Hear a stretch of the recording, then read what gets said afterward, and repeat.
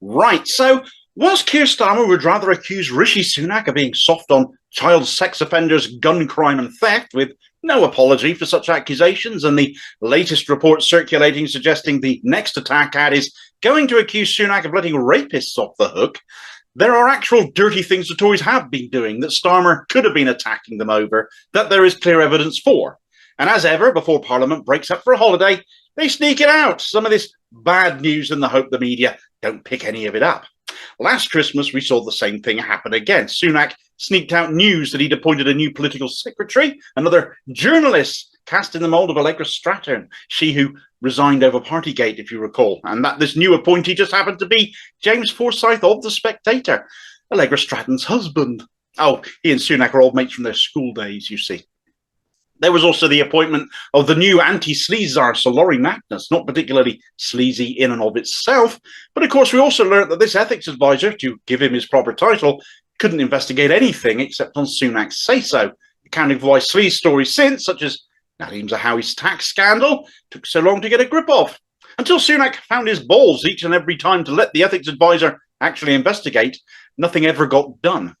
And then there was the news that the ministerial cars would no longer just be for ministers to use in and around Westminster, but they'd be available to take ministers to and from their constituencies too. Quite the perk at our expense, and quite the rub if you also recall news that due to Brexit, we will no longer be able to build these high-spec machines here in the UK, and that they'll now have to be built in Germany instead. Anyway, to the here and now, and another 5 pieces of sleaze have been sneaked out just before the chocolate eggs got cracked open.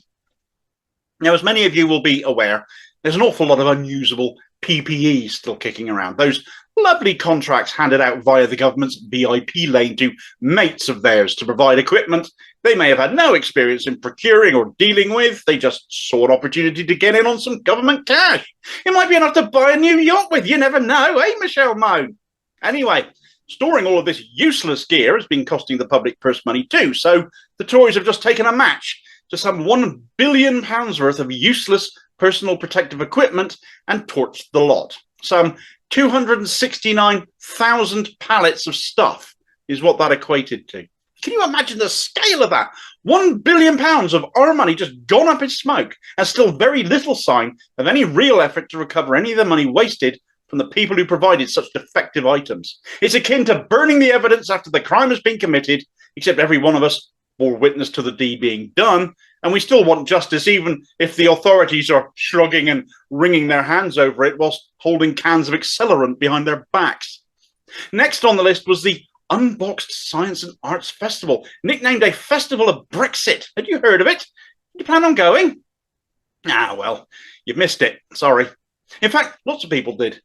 £116 million of our money was spent on a Jacob Rees-Mogg wet dream to somehow try and sell a positive vision of post-Brexit Britain. Good luck with that. Only it turned out to be more of a wet fart instead. Visitors expected to attend were estimated to be in the region of 66 million. It's a bit of a mad figure, really. That's roughly the population of the UK. But just a third of that actually showed up, and that was across the 8 months that such unboxed shows were going on around the country. Another colossal waste of public funds. Third on the list is the amount of civil service absence due to sickness. Now, why is this Tory Sleaze then, Damo? You might be thinking. And I will raise the case that these are the actual people who keep the country running. They've been in the job longer than most ministers ever are. They are people ministers should have a huge amount of respect for in leaning on their knowledge and expertise. But of course, superiority complexes and egos play a part in how they get treated. We need only look at the bullying accusations aimed at such people from the likes of Preeti Patel or Dominic Raab to know things are not at all well in the civil service. The latest stats are from 2021 and 2022, and mental health issues have accounted for most cases of sickness, 42% of all absences.